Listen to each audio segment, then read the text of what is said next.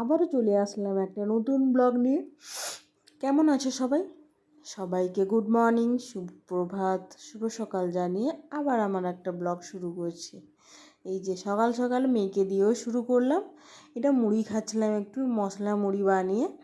But সেটা সে আমাকে খেতে দেবে না, ওটা নয়। ও হাতে ধরবে, ওর কোলে রাখবে, আমাকে একবার টাচও করতে দেবে না। আর এই যে বাজার খেয়ে দিয়ে বাপ মেয়ে মিলে একটু বাজার করতে গেছিলো, তারও একটা ক্লিপ নিয়ে নিলাম। অল টাইম লঙ্কা নিয়ে হাতে নিয়ে ঘুরে বেড়ায়, কখন যদি চিবিয়ে দেয় ব্যাস কান পুরো গরম করে দেবে। তারপরে এই দুধ জাল দিচ্ছিলাম, সেটা একটু ক্লিপ নিয়ে নিলাম। দিতে তো হবে বলো, 3.5 মিনিটের ব্লগ। আর এত সবজি হয়ে গেছে, তাই এত সবজি বিনস আর গাজর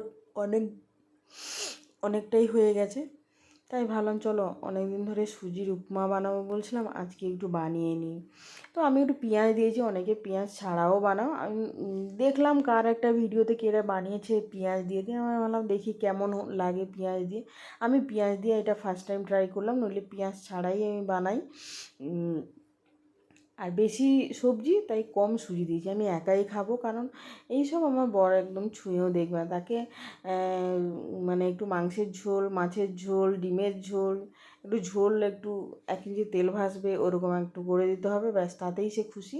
তারপরে তুমি অমৃত খাও, তুমি যাই খাও, সে পিছন ফিরে দেখবেও না, তোমার দিকে ফিরেও দেখবে না, যে পিছন ঘুরিয়ে এসে খেয়ে নেবে। আবার জিজ্ঞেসও করবে না যে তুমি কেন খেলে বা আমাকে দিলে না, ওইসবে তার কোনো ইন্টারেস্ট নেই। আর সবচেয়ে বড়ো কথা হলো মিষ্টি জিনিস বা এইসব জিনিস, এগুলো মা, আমার ননদ আর আমি খাই আমাদের বাড়িতে। শ্বশুর বাড়ির কথা বলছি, বাপের বাড়িতে আবার সবাই খায়, বাট শ্বশুর বাড়িতে আমরা 3জন, ননদ আসলে ননদ খায়, না হলে মা আর আমি। আর কেউ ফিরেও দেখবে না। আর এখন আমার মেয়ে হয়েছে, একটা দুটো সে মিষ্টি হলে খায়, বাট ফ্রিজ একটা অনুষ্ঠান হলে না 1 ফ্রিজ মিষ্টি হয়ে যায়।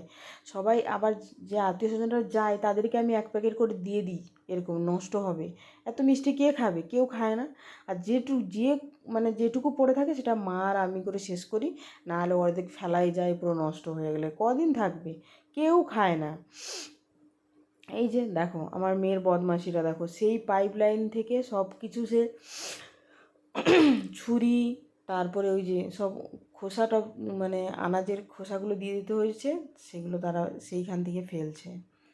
এরপর আসি, আমি একটু ফ্লিপকার্টে কিছু অর্ডার করেছিলাম, কারণ ওই আমার চুল না প্রচুর উঠে যাচ্ছে, চুলটা একদম পুরো অবস্থা খারাপ। এইবারে গিয়ে একটু পার্লারে স্পা করেছিলাম, তারপরে চুল একটু সেই পুরো ডগার দিকটা পুরো সেই ঝাঁটার কাঠির মতন হয়ে গেছিলো, একদমই যত্ন নেওয়া হচ্ছে না। তারপরে আমার না একটুতে আমার যেহেতু বাত ধরা পড়েছে বেবি হওয়ার আগেই, তো সেই জন্য একটুতেই ঠান্ডা লেগে যায়, ঠান্ডা হলো আমি পুরো ফুলে যাই।